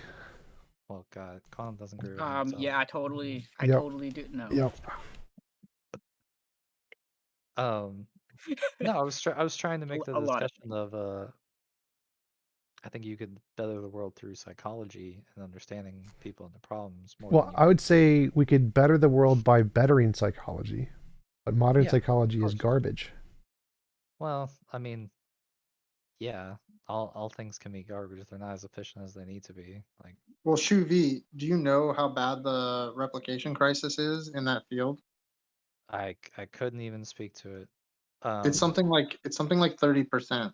So or somewhere around No, there. So that's that the means hard sciences. The hard sciences have 30%. The soft sciences are like 90% unreproducible. Oh, I was saying 30% reproducible. Like Yeah, 30% of their yeah. studies In can be the reproduced. in the You're- soft sciences, yeah. it's more like 10% are reproducible. Okay, so anyway, somewhere in the low percentages, and so that just means that all the theories that they're coming up with that you're saying are quote unquote good, they're not anything that can be reproduced across most people, which means they're not even really theories. Oh, you're talking about from like the empirical basis stuff. Yeah. No, just anything that you're going to come up with. Academic philosophy. Academic philosophy is what he's talking about. Yeah, and just like as a psychological theory, and then however that cashes out in terms of the normative sense where people are in therapy or however they're applying these things, they're not producing the results. That's why someone can say that psychology is garbage as a field. So yeah, okay. just Yes. questions asked. Am I talking about clinical psychology or social psychology? Both. Yeah. Both. Well, yeah. See, I Okay. disagree on the clinical part, but What? whatever. I'm gonna dip out really quick, but I hope you guys enjoyed the show. I don't know who wants to man the stage now, but it can be any of you guys. What happened to? Well, it'll just be automatic, right? It'll just automatically switch to whoever. Fine. Yeah, it'll be whoever leaves last can like close it out. But yeah, it's been good talking. Yep. Thanks for hope hosting. the discussion Appreciate went it. well. Looking forward to the one Yeah, on no worries. December 6th at 6 p.m. with Dr. Graham Oppie. Hell yeah, it's gonna Always be awesome. All right. insert those shameless plugs. All right. Bye, guys. See ya. TJump, you were using the word incorrigibility in like a different way than I understand it. My understanding of incorrigibility is it's something that someone can't be talked out of, like an idea they can't give up. I don't think so. Like, that's not the way I use it. I'm pretty sure that's. Let me check the SEP, but I'm pretty sure that's the definition. Incorrigibility is a property of a philosophical position which implies that it is necessarily true simply by virtue of being believed. Well, I'm looking here at the SEP entry on certainty, where they discuss incorrigibility as property of a belief being such that the subject is incapable of giving it up. The social definitions. Anyways.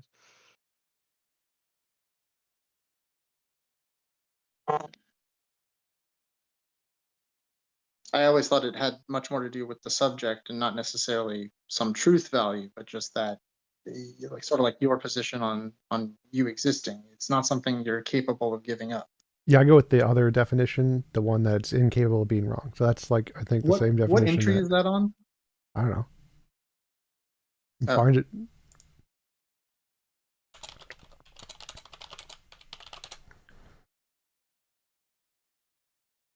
So, okay, I'll talk about stuff if anyone else wants to talk about stuff. So clinical stuff, what's the issue with that you have? Not like in a clinical practice sense, not in a research sense. What's my problem with clinical, but not in a clinical sense? I'm not sure what you're asking. Like not in the research sense, like the practice, doctors, therapists, that sort of things. The same thing. It's they don't treat people. They try to manipulate people into changing their psychological positions without actually doing anything to help them with their lives. Like the whole point of therapy is to what do you think that could do? Lots of stuff. Like so the purpose of philosophy is to correct incorrect beliefs that people have, like analyzing their past and finding patterned beliefs that they have. Like, oh, well, these are wrong, and if we change these, it'll fix your life problem. When really that's not the case. Really, the cause of most life problems is your life. You got to fix their life. Give them food, give them houses, give them an income, give them education, give them sex.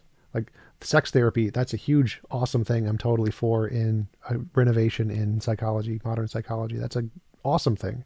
So like the principle, give a man a fish, feed him for a day, teach a man to fish, feed him for life. Like you got to start by giving them a fish. Like a person who's starving to death, you're not going to be able to teach him to fish. First, you got to give him a fish. And that's the part psychology is missing. You got to give people enough of what they're missing and then teach them how to cope with it, not the other way around. And without doing that, it's just garbage. Do you think those things are a panacea, like all those habitability and such things you mentioned? I'm not sure what you mean. So like each individual is going to have different problems, and identifying those problems and then giving the person what they need is what psychology is missing. I think that's kind of naive, but as well, I mean, let's say a person has a problem, you can't just give them something. Sure you can. Like sex works fine. Prostitution is a thing. Yeah, okay. Food works fine. Housing works fine. Like most of them do work. Like most of the problems most people have are very easy solutions. I mean, are you talking about like general problems? Like, I mean, yeah, sure. If a homeless person doesn't have a home, okay. But I mean, yes, most psychological issues are from emotional or things you're missing in life. They're not psychological. The psychological part is just you're not talking about like bipolar or schizophrenia or anything like that. You're just talking about like basic psychological needs. Like yes, the things that affect most people. Yes, the big part of what psychology does. The vast majority of what psychology does. Okay, sorry. I thought you were talking about yeah, there definitely there's like actual conditions where you need drugs and stuff. Yes, I agree. Yeah, that is a thing. That's what I was getting at. I was like, I don't get it. Like you're talking about like psychology is like terrible, and I get that, but I don't get. I'm like, give them food, like that's not gonna help a depressive person or something, Yeah, like it does. I guess, but Definitely well, I does. mean, That's one of the main reasons for depression is malnutrition. yeah, um, that and other things, but yeah, uh, Most of the causes of depression have to do with life insufficiencies, not psychological states. the general population, I guess we're not talking about like The vast people with majority like of people who have psychiatric or depression yeah. have depression because they're missing something in their life, not because they're just psychologically thinking about things wrong. The psychologically thinking about things wrong is a stupid idea. Obviously, Well, people have like mental yeah, conditions that are just bipolar or yeah, whatever, but I'm that's talking about not the mental that's stuff. that's a minority. That's a severe minority. That's not the majority. The majority do not have anything wrong with their brain. They just So have you're just something wrong talking with their about like life. societal health, I'm right? just talking about the 99% of vast majority of everything psychology is supposed to do and doesn't do shit about. Like pretty much Okay. everything it's supposed to be doing that it doesn't do. So when you say they don't do stuff, are you talking about just the research, the societal Fixing research people's that's lives supposed part. to Like they don't actually take an active role in trying to help improve people's lives. They just talk to them and waste their time. When what So they you're not need talking about is like help fixing their life. doctors or psychiatrists or Yeah, something like that. You're talking psychiatrists, about psychologists, those people who don't do shit to actually help people's lives. so okay, so what I'm trying to get at here is that you're like, oh well, people have mental conditions, that's a different thing. That's a But minority. So then the minority of people who actually have mental conditions and just need drugs, that's fine. The majority of people, the vast majority of people who psychology is supposed to be helping, does not do shit to help. TJump, what do you say to those studies they do of the third world where the reported happiness, despite having like abject poverty by comparison to the first world, is it's like a higher reported happiness? It's not what just their subjective inclinations of what they think happiness is different. Yeah. But actually, when you Well, measure it but like the World Happiness Index, it's not. Wealth what's wealth is one of the the biggest factors in happiness on pretty much every psychological study. Wealth up to I think there's many studies done on wealth and happiness, and wealth up to about like $50,000 or whatever you need yeah, to meet your basic diminishing. needs. Yeah, but so it does. Wealth is a huge impact up to when you get your needs met. Then the measurement for happiness in those cultures changes from being I have food, therefore I'm happy to I have value, and it's harder to find value. So the definitions of happiness is different in those cultures, which is why you get a difference in, um, yeah, difference in the polling data. But the polling data isn't really a very rigorous metric. The rigorous metric is more like the happiness metrics that actually measure the relevant data. The polls are so not as much so. so if a person comes in to a psychiatrist and they say, I'm depressed, they have a history of depression, the psychiatrist is supposed to do what? What are you missing in life? Okay, let's go get that. Poof, Okay, depression well gone. what are you missing in life? How are you like I'm just saying the method upon which they are supposed to rectify the situation seems almost impossible for a system. What Like it it's literally works. what I did for my depression. So I don't know what you're even They talking about. came they came you the psychiatrist said, what are you missing? And then they No, got I had to do it and myself because the psychologists were dumb as shit and never did anything to help. right. So let's say you go to Like a like I'm this trying to isn't even say like hard. Like someone's depressed, you talk to them. Okay, what are you missing? What do you need in life to be happy? Okay, let's go get it for you. Here are the best. Here are the resources. I will do the research for you. I will find the best resources, your opportunities to get them. I'll give you a plan to how to do this. Here's how you actualize that plan. I will give you a guided step in life to do these things, to get to that goal. Not just tell you about your bullshit psychological state. I don't care. Did you see it sounds like they a need to psychotherapist? just know what I they're saw missing. everything. Okay, because if you're talking about like CBT and of Yep, course I took you CBT, I took IBT, I took DBT. I did all those things. I mean Fucking you just garbage. described literally what CBT aims to do. You change No, you don't really change no, the behavior, but you no. change. CBT is only about changing behavior. Well, yeah, it's Well, that's so fair.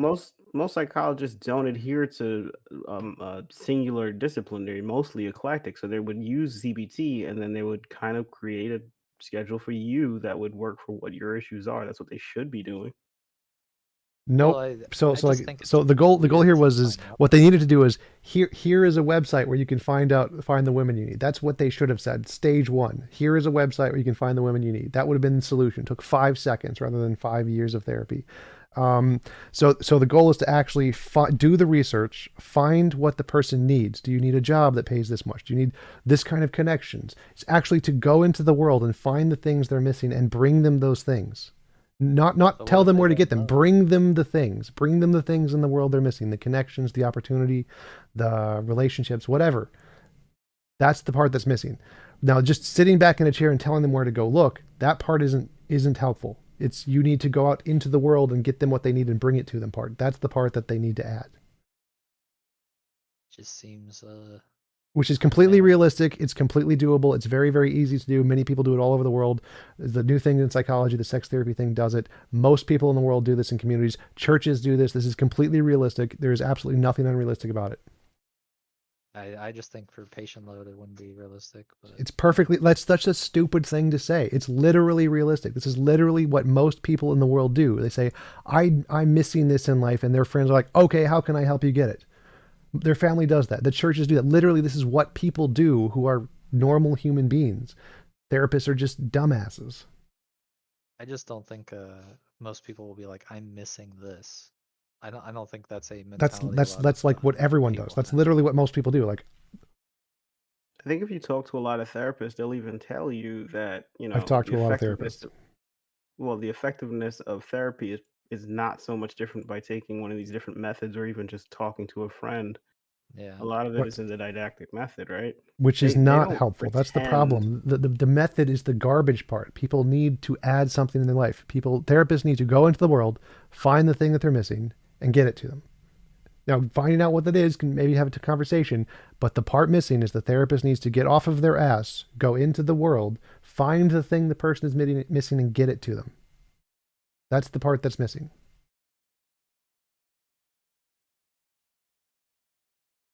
And the therapist never ever gets off their ass. They're legally bound to not do that. It's illegal for a therapist to get off their ass and actually do something.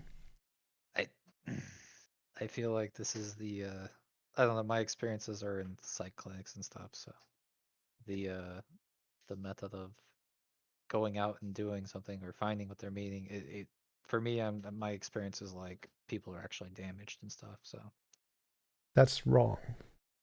People are what? Damage. That's Like- one of that's one of the myths from like it's one of the pervasive myths in psychology that is like a conservative myth that just hasn't died. It's that, oh, if we actually do Well, the not work like- for them, then oh, they're going to suffer. They're not going to learn what they need to learn. It's just a conservative myth that's wrong. well, it's you can't fix the problem kind of thing. Right, it's a There's- conservative myth there's- that's wrong. Like if someone's starving to death, teaching them how to It's fish is a not waste of that. time. First you give them a fish. It's This is literally what it can't is. I've been fix through their this. life. No, again, oh my God, listen to the words I'm saying. I just addressed this when you interrupted and said it's not this. If someone is starving to death, you can't You teach keep them to using stop stuff. talking. Stop talking. If someone is starving to death, don't teach them to fish. You're a dumbass if you try to teach them to fish, and that's all therapists are doing. First thing, give them a fish. Give them enough food. Give them enough recognition of the success that they can have, and then teach them how to get it on their own. Don't just give it to them indefinitely. Give it to them enough first, and then teach them how to get it and then wean them off of it. That is the correct way to do it. Therapists don't do the most important step, which is giving them the fish in the first place.